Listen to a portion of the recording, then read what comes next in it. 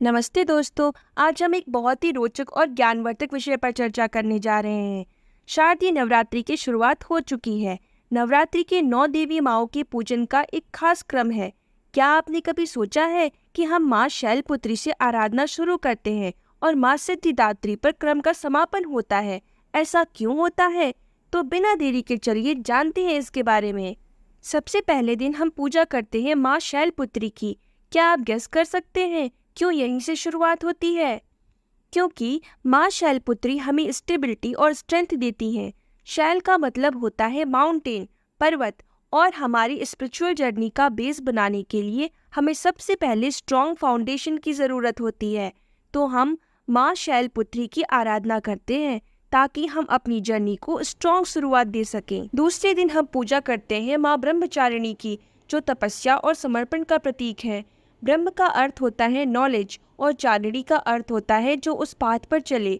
जब हम किसी गोल को अचीव करना चाहते हैं तो डिवोशन और डिसिप्लिन की बहुत ज़रूरत होती है। माँ ब्रह्मचारिणी हमें सिखाती है कि यदि हम अपनी जर्नी में कमिटेड रहेंगे तो सफलता निश्चित है। तीसरे दिन हम माँ चंद्रघंटा की पूजा करते हैं। उनके नाम में चंद्र का संबंध शांति से होता है और घंटा शक्ति का प्रतीक है। इस दिन माँ हमें सिखाती हैं कि कैसे हम अपनी हिम्मत और शांति के साथ लाइफ के चैलेंजेस का सामना कर सकते हैं। ये बैलेंस और ब्रेवरी का दिन होता है। चौथे दिन आती है माँ कुष्मांडा, जो अपनी मुस्कान से पूरी सृष्टि की रचना करती हैं। सोचिए, जब हम अपने अंदर स्ट्रेंथ, डिवोशन और करेज का विकास कर लिए हैं तो अगला कदम क्या होगा? पॉजिटिव एनर्जी को क्रिएट करना। माँ कुष्मांडा हमें ये सिखाती हैं कि कैसे हम अपनी पॉजिटिविटी से दुनिया को रोशन कर सकते हैं।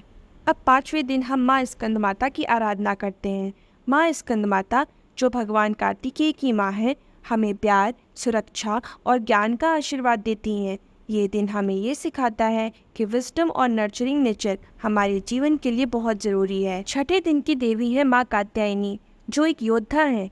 जब हमने शक्ति, हिम्मत और ज्ञान का विकास कर लिया, अब वक्त आता है ऑब्स्टिकल्स का सामना करने का। माँ कात्यायनी हमें निगेटिविटी जैसे गुस्सा, अहंकार और डर से लड़ने का बल देती है। ये दिन एक फाइटर का दिन होता है। ये वॉरियर स्पिरिट को जगाता है। सातवें दिन हम पूजा करते हैं माँ कालरात्रि की। माँ कालरात्रि हमारे अंदर के अंधकार को खत्म करती हैं। वो सारी निगेटिविटी, डाउट्स और भ्रम को दूर करती हैं। ये दिन हमारे अंदर के फियर्स को पूरी तरह से समाप्त करने का होता है। आठवें दिन की देवी है माँ महागौरी, जो प्योरिटी का प्रतीक है। जब हम अपने अंदर के अंधकार को निकाल देते हैं तब हम एक प्योर और पीसफुल स्टेट में पहुंचते हैं। आखिरी दिन हम माँ सिद्धिदात्री की पूजा करते हैं। उनका नाम ही बताता है सिद्धि मतलब अचीवमेंट्स और दात्री मतलब जो प्रदान करें।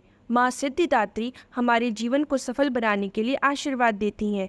ये दिन हमारी स्पिरिचुअल जर्नी के सफल होने का प्रतीक होता है। तो दोस्तों, नवरात्रि का ये क्रम हमें एक स्पिरिचुअल जर्नी पर ले जाता है, जिसमें हर देवी एक महत्वपूर्ण ज्ञान और शक्ति का प्रतीक होती है।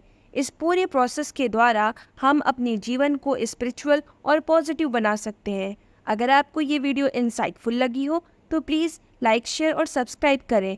जय माता दी।